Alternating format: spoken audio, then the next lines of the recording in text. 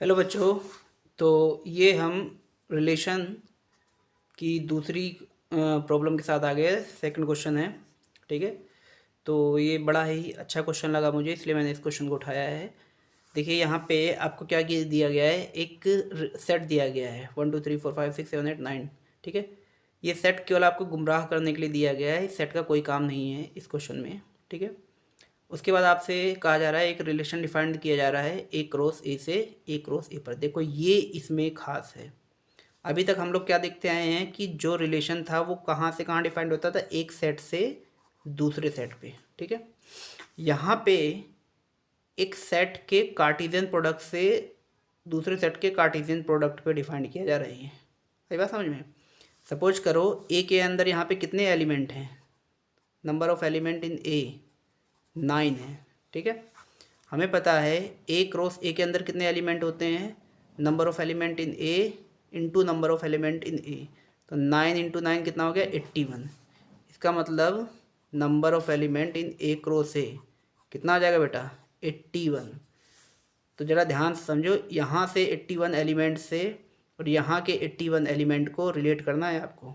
तो सोचो कितने ऑर्डर्ड पेयर बनेंगे, ठीक है।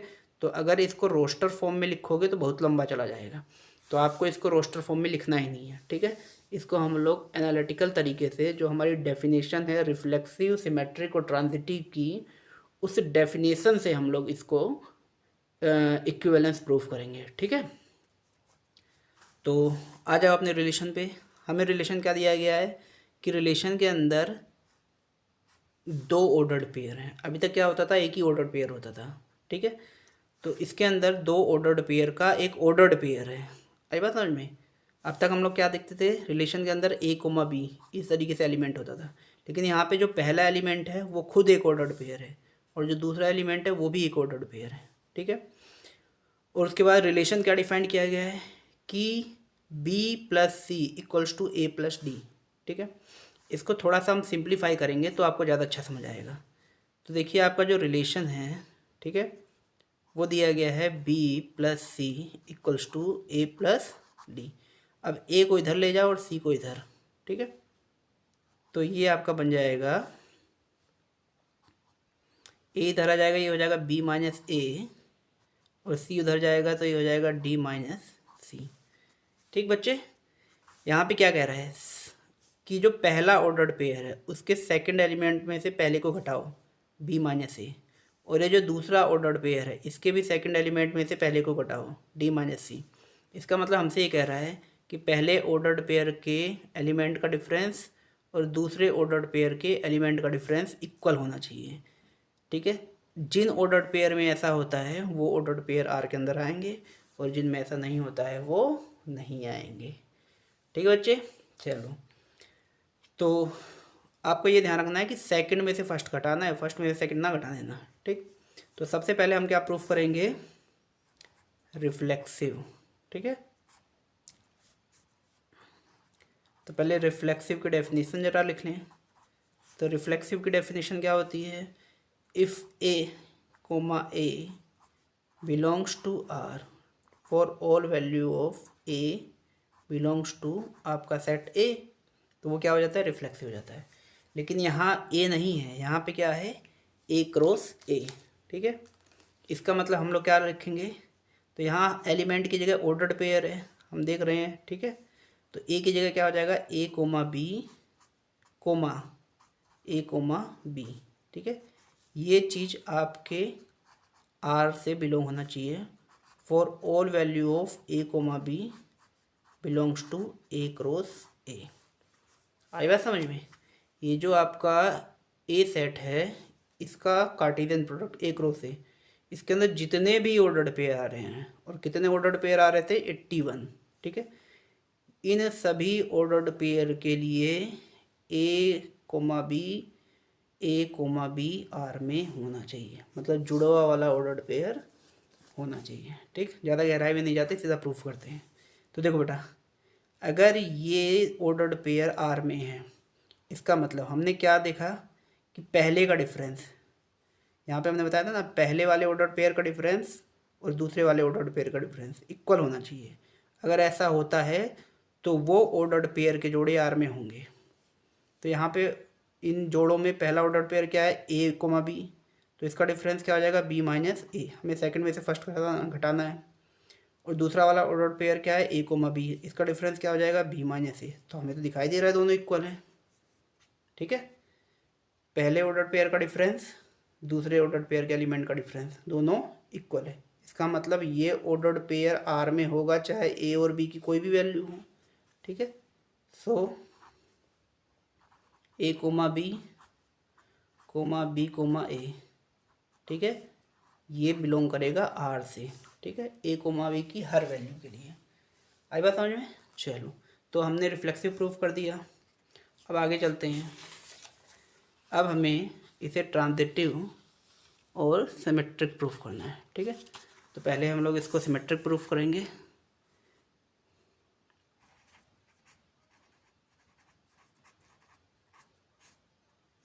ठीक है, तो बेटा सिमेट्रिक के लिए क्या होता है definition, if A comma B belongs to R, अगर ए कोमा बी आर में है तो इसका उल्टा बी कोमा ए, ये वाला जोड़ा भी आर में होना चाहिए, ठीक है। ये सिमेट्रिक की डेफिनेशन है। आ जाओ अपने क्वेश्चन पे। तो हमारे क्वेश्चन पे जो जोड़े हैं वो जोड़ों के जोड़े हैं, ठीक है।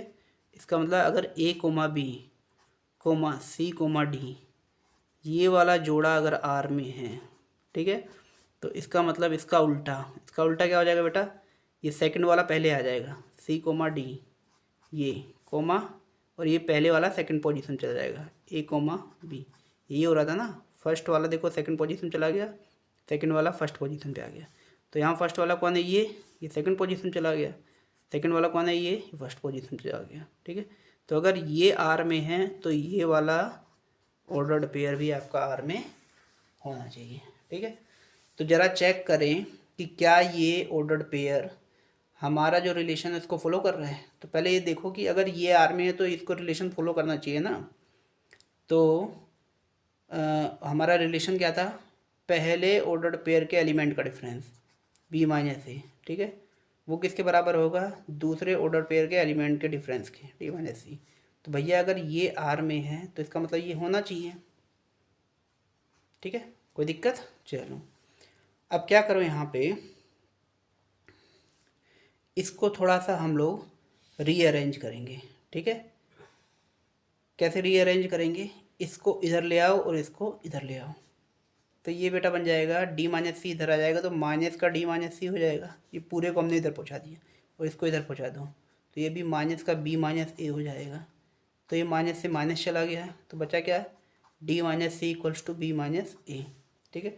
तो हम लोग कह सकते हैं डी माइनस सी मतलब पहले ऑर्डर पेयर का डिफरेंस, पहले ऑर्डर पेयर के एलिमेंट का डिफरेंस इक्वल है किसके, बी माइनस ए के, दूसरे ऑर्डर पेयर के एलिमेंट के डिफरेंस के।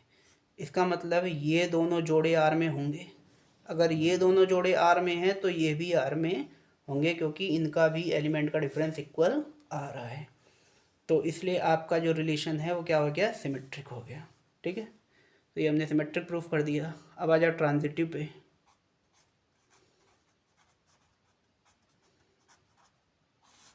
ठीक, समझ आ रहा है। पहले जो इधर ये इम्प्लाइज के इधर दिया होता है ये मानते हैं, और जो इम्प्लाइज के इधर दिया होता है ये प्रूफ करना होता है, ठीक है।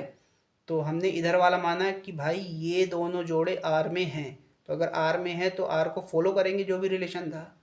तो अगर आर को फॉलो कर रहे हैं तो इसी को थोड़ा सा रीअरेंज करके हमने ये बना दिया, ठीक है। ये बनाने के बाद हमें पता लगा कि डी कोमा सी और बी कोमा ए भी आर से रिलेटेड है क्योंकि दोनों इक्वल आ रहे हैं, दोनों का डिफरेंस। तो इसका मतलब ये वाला जोड़ा भी आर में होगा। तो इस तरीके से प्रूफ किया जाता है। इम्प्लाइज के लेफ्ट में उसको माना जाता है और जो राइट में उसको प्रूफ किया जाता है, ठीक। ट्रांजिटिव में आ जाओ।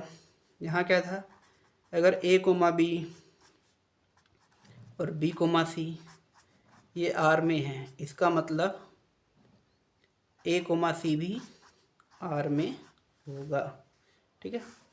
तो बेटा अभी हमने क्या समझाया, इम्प्लाइज के जो लेफ्ट में है उसको माना जाता है, इसको प्रूफ किया जाता है, तो इसको मानो। तो देखो अगर ए कोमा बी, ठीक है, तो ए कोमा बी की जगह यहाँ पे हमारे पास क्या है, हमारे पास तो ऑर्डर्ड पेयर है, एलिमेंट नहीं है, A comma B C comma D, ठीक है। मान लो ये एक ऑर्डर्ड पेयर हमारा आर में है, ठीक है। दूसरा ऑर्डर्ड पेयर क्या मानना है, देखो इन दोनों ऑर्डर्ड पेयर के ये वाले एलिमेंट कॉमन है, तो इसका मतलब जो यहाँ पे वही यहाँ पे आएगा, सी कोमा डी कोमा, ठीक है, और ये वाला चेंज हो जाएगा, तो इसको मान लो ई कोमा एफ, ठीक ठीक है। तो ये ऑर्डर्ड पेयर और ये ऑर्डर्ड पेयर, ठीक है, ये दोनों आर में हैं, ये हम मान रहे हैं लेट, ठीक है, अभी हमने समझाया इम्प्लाइज के इधर वाला लेट करना है, और इससे हमको ये कंक्लूजन निकालना है कि ये वाली चीज़ ट्रू है। तो अगर ये भी आर में है और ये भी आर में है, तो ये आर में है तो इसका मतलब बी माइनस ए और डी माइनस सी ये बराबर होंगे, ठीक है, और अगर ये आर में है तो डी माइनस सी और एफ माइनस ई ये बराबर होंगे, है कि नहीं भाई। अगर ये ऑर्डर्ड पेयर आर में है तो इन ऑर्डर्ड पेयर में पहले वाले ऑर्डर्ड पेयर के एलिमेंट का डिफरेंस और दूसरे ऑर्डर्ड पेयर के एलिमेंट के डिफरेंस के बराबर होगा। ऐसे अगर ये दोनों ऑर्डर्ड पेयर आर में हैं तो इनके एलिमेंट का डिफरेंस और दूसरे वाले के एलिमेंट का डिफरेंस ये इक्वल होना है, यही हमारा रिलेशन है, ठीक है। अब मैं क्या करूँगा, मैं इन दोनों इक्वेशंस को ऐड करूँगा, ठीक है। तो बेटा देखो ये क्या हो जाएगा, बी ऐड कर दो दोनों, B minus A left hand से लेफ्ट हैंड ऐड होगा plus D minus C equals to, इधर राइट हैंड से राइट हैंड ऐड होगा D minus C plus F minus E. अब देखो दोनों अपोजिट साइड अगर सेम चीज़ हो तो कैंसिल हो जाती है, plus D cancel, minus C cancel, ठीक है। तो क्या बच गया, B minus A equals to F minus E. तो ये दोनों डिफरेंस इक्वल आ गए। ये दोनों डिफरेंस इक्वल आने का मतलब है कि ए कोमा बी, क्योंकि ये सेकंड एलिमेंट होता है first, and E comma F, ठीक है, ये आपके आर में होंगे। तो ये हमने माना था और ये हमने कंक्लूजन निकाला है। तो यही तो हमारा ट्रांजिटिव होता है कि अगर ये और ये आर में हैं, ठीक है, जिनमें सेकंड और फर्स्ट एलिमेंट कॉमन हो, तो एक और ऑर्डर्ड पेयर जो इसके फर्स्ट एलिमेंट और इसके सेकंड एलिमेंट से बनता है वो भी आर में होगा। तो first element A comma B, second element E comma F, ये भी आर में है, ठीक है। तो इसका मतलब हमारा रिलेशन क्या है, ट्रांजिटिव भी है। तो इस तरह से बच्चों हमने अपने रिलेशन को रिफ्लेक्सिव, सिमेट्रिक और ट्रांजिटिव तीनों प्रूफ कर दिया है। ये सवाल थोड़ा सा कॉम्प्लिकेटेड है, आप एक बार दोबारा वीडियो को और देखोगे तो आपको क्लियर हो जाएगा, और एक बार इसको खुद से करने की प्रैक्टिस कीजिए, ठीक है। Thank you very much.